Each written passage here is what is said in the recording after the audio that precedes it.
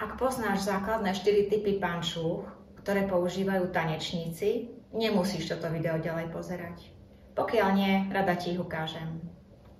Základným typom sú pančuchy s celým chodidlom. Najčastejšie využívané u malých detí a u ľudovkárov. Druhý model, leginnové pančucháče, obľubujú mamičky, pretože môžu dať deťom do cvičiek teplejšie ponožky v zimných mesiacoch. Používajú ich aj niektoré dospelé tanečnice, avšak majú tendenciu skracovať nohy.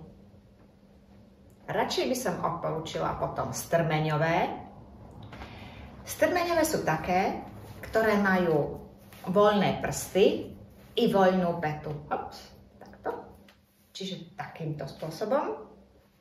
Najčastejšie ich obľubujú diskotanečnice, mažoretky, ale aj baletky. A posledný základný model, konvertibilné pančucháče.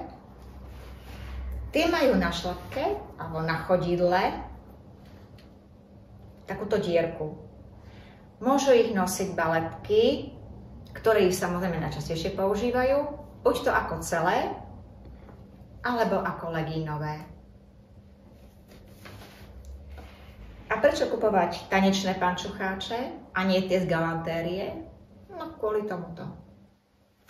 Sú elastické, majú vysokú gramáž denov a sú nepriehľadné.